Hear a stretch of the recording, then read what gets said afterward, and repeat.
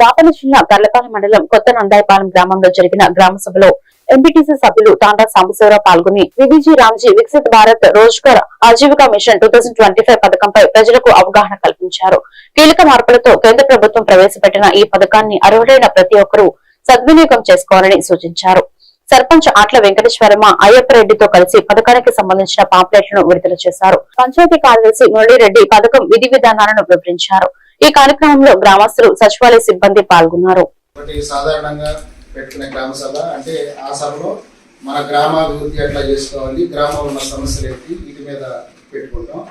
ఈరోజు ఏంటంటే ఇంకోటి ప్రత్యేకంగా అదనంగా జాతీయ గ్రామీణ ఉపాధి హామీ పథకం అని పిలిచేటటువంటి మనం అది పేరు మార్చి జీరామ్జీ Viksit Bharat guarantee for Rozgar Ajeevika mission అంటే మనం చేసుకున్న పని పథకం మీద పేరు మార్చి కొన్ని పని దినాలు పెంచి మనకు కల్పించారన్నమాట. చాలా మంది ఇందులో ముందుగా నేను గ్రామస్తులందరికీ ఏమైనా సమస్యలు ఏమైనా చెప్పడం ఉంది.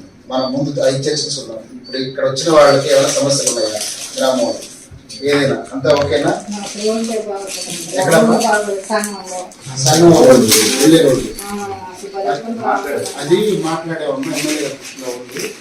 ఇక్కడ ఏంటంటే కొన్ని సమస్యలు తెలియదు. మనం ఏమనుకుంటామంటే రోడ్డు పోవడం వల్ల వెంటనే వేసేయాలనుకుంటాము. కానీ గవర్నమెంట్ ఒక రూల్ ఉంటుంది. సిమెంట్ రోడ్డు వేస్తే 15 సంవత్సరాలు అని చెప్పి, తార్ రోడ్డు వేస్తే 20 సంవత్సరాలు అని చెప్పి ఒక లిమిట్ ఉంటుంది.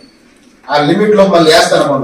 కాకపోతే ఏంటంటే ఎక్కడైనా డ్యామేజ్ జరిగిన కాడ అతుకులు వేసుకోవచ్చు, మనం సపరేట్ ఫండ్స్ పెట్టుకోవచ్చు.